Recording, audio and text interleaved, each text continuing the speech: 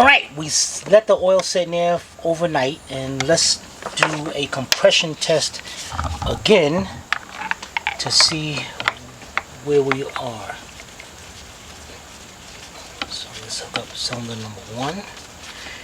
Now, good compression should be a minimum of 90.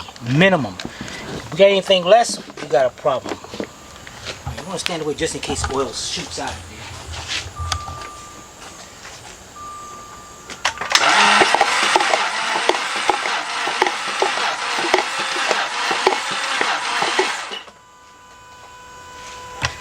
Oh, it was a little blurry, but it was 160. Oh, that is fabulous right there. I'm digging that. 160 on cylinder 1. Alright, let's switch over this. And actually what I'm going to do is I'm going to hook up a charger to this because it didn't crank over too good. So I'm going to hook up the charger and then we're going to check cylinder 2 together. Alright, cylinder number 2. Let's check this one.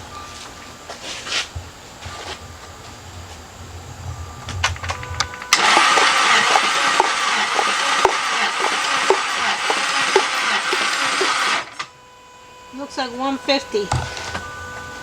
150? No, I'm sorry, 120. 120? 120 is within range. It should be enough to start the car. So let's unhook it and go to cylinder number 3.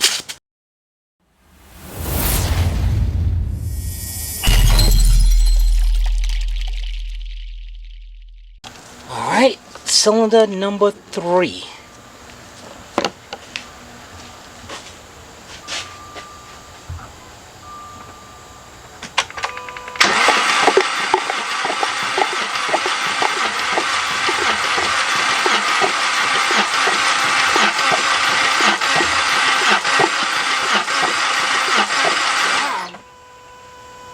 Like 185. Yeah, but the thing is, that took a long time to get up there, and it shouldn't have. It should not have taken that long. And that could show a sign of an internal problem. You know, I'm going to try that again to see what happens. I mean, it should, 3 revolutions top, it should have been up there.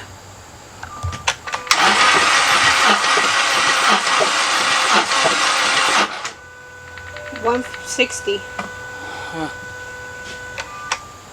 That was better? Yeah, it was a little better. Alright, let's hook up for the last cylinder. Alright, last cylinder. Number 4.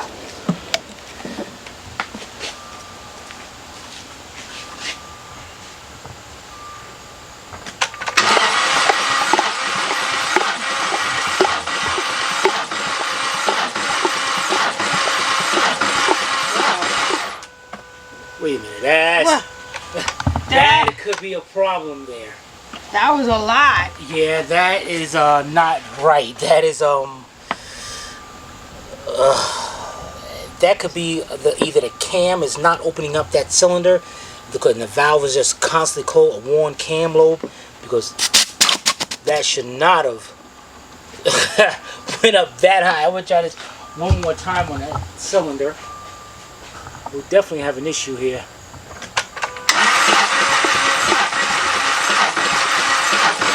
Oh, no. I mean, that is some really high, especially, you know, considering the numbers we had gotten down there. That's enough to blow this tool. Now, so we definitely have something internal going on here, but I am also curious, what the heck is that? Look at, see, that's what I'm talking about, when people work on stuff, man, and have no business being in there. You know, that whole thing, that whole plug right there is messed up. Okay. And then you gotta question. See, and what's bad about this is, if somebody knew, if this car was brought to us the moment it stopped working, it might not have been too bad. But when you got to start dealing with things like looking like that, the starter's out, and we have a bad ground, we got to use jumper cables to have a ground to the engine, the pump or whatever here missing. The hose and the hole over there. So you gotta wonder. You gotta tell the customer, you know, It all depends on how bad you want this car. Because now it gets to a point where the repairs are going to exceed the value of the car. But what I want to do right now, because I am curious about something, I want to see if, because I don't hear the fuel pump coming on, so I don't know if the fuel pump is bad or not. So what I'm going to do here is hook up one of the ignition coils, and I am going to get, I'm going to just insert one of the spark plugs, and we're going to get a spark tester. And I want to see if this engine does have spark. And what's good over here, check this out. This little Schrader valve right here, like a tire valve. We can take that off, and what I'm going to do, take that off. What I'm going to do is hook up a tool to it, a fuel pressure gauge, and that's going to let me know whether the fuel pump is coming on. Because if we don't have spark and the fuel pump is not coming on, we already got a bad ground here, we're definitely going down a rabbit hole. Now, if this was our car, then it would be worth it, because we don't have to pay nobody to diagnose it and fix it. Yeah. Right, the labor, that's the cost of it. We do it ourselves. But to a customer, I think this is going to exceed the value. So let's just check that out before we go any further. Okay, we have our spark tester hooked up in line, and it's going between the ignition coil and the spark plug. I put a spark plug in there. So if we have spark, this section right here will light up. It will actually be flashing. And also what I got on the Schrader valve, what I explained to you a few minutes ago, we have a fuel pressure gauge hooked up to it. So we're going to see if the fuel pump is actually working. Let me put this over here. So I'm gonna crank it, and you're gonna go back if we're gonna see if that one, and then check the fuel pressure. All right, here we go. Okay, I'm alright. Go ahead. I'm gonna move to the side a little bit. But then I don't know if I'll be. All right. It's okay.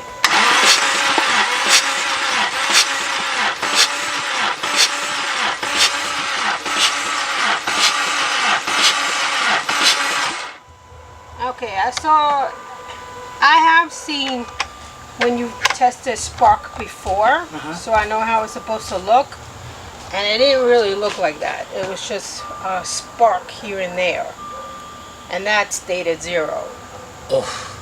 That stayed at 0 over there. So it's possible we have spark. The engine's cranking so slow, so you're only gonna see it. You're not gonna see it the way it's supposed to be. Yeah, because the engine's cranking slow. But that means either the fuel pump is bad, or there's a wiring issue going to it because we got the ground problem. I'm not even sure. Yeah, we're definitely going down a rabbit hole. I don't like the fact that we have 270 psi for compression over here. That scares me. And this is on one side. You don't know what's going on yeah, on the other side. I have no idea what that side. What I do know is it's got to be pulled apart. That's just something's wrong. Something either a valve over here or the camshaft is one, but we got to pull it apart, and we got to pull this point down. It's called breaking it down to the point of failure. You keep breaking this engine down until you find out why this cylinder's like that. And in this case, it's the valve cover. If we don't see nothing, then we got to pull off the heads. Now, how do you know how much to charge a customer? So what we're going to do now is pull up with what all shops should have. It's called a labor guide. It guides the shop to how much, it lets the shop know how much every single job takes to do on a car. So you multiply that by whatever the hourly rate is, and you get an idea. So let's pull this up and see what we got. All right, here we go. Let's look this up. We have a 2000 Jaguar XK8, and we're going to be going to the estimator. Part of the engine, the head and the valves. All right, cylinder head gasket. Both. So we got 15.4 hours. So now to take that apart, what we have to do is tell him we have to take it apart to see what's going on, which is going to be about 7.5 hours multiplied by our labor rate, and that's buku money. yes, it is. So let's say if you had a shop and the labor rate's $100 an hour, you're looking at $700 just to find out what's going on, what's inside there, and then you got to worry about the parts and everything else. So now the way we like to do it is we go to KBB and we look up what's the value of the car to see if the cars are worth fixing. So we go into my car's value. No, we don't need that. Did I just do that? Okay. 2000 Jaguar XK. We don't even know how much mileage on it. Let's give it the benefit of the doubt. Let's say 87,000. We'll put the zip code in and Rocky Mount 27803. Okay, go. Convertible XK8 2 doors. It's the lowest price. Now if it was the XKR like his 2007, that'd be the highest price, but we are over here. Price for standard equipment. I'm not gonna tell them to sit here and do all that. I don't even know why they want the color silver.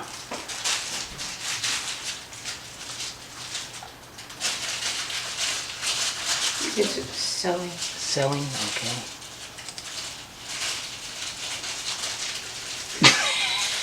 Well, I would do it as in good. So, like, if it was fixed, how much would it be? Should they have something lower than fair? Yes.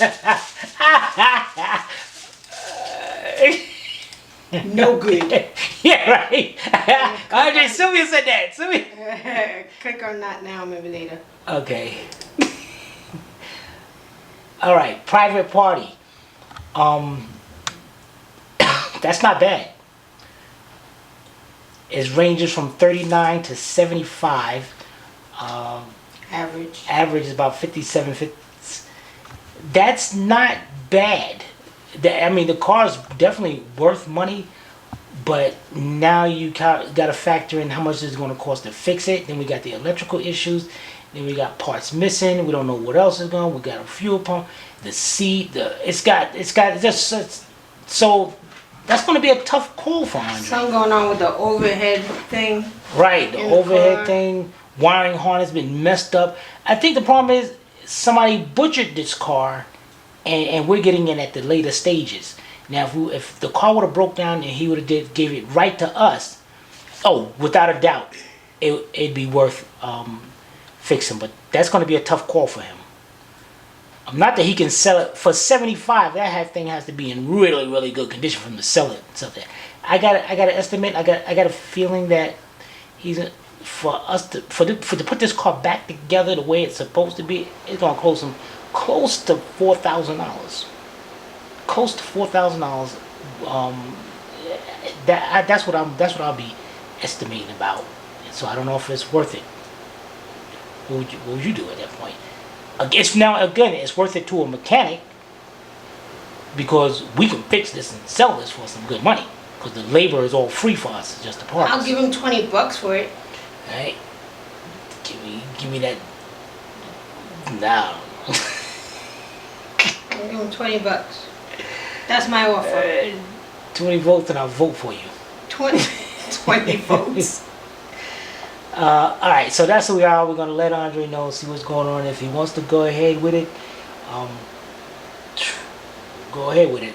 But when you get to something like this, when you come to a customer and you approach a customer with this, you got to let the customer know that half of that 15, that's got to do up front.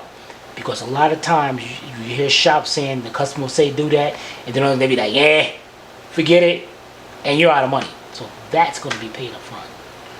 Alright, so that's the conclusion of this. Maybe. We'll see. Talk to you later.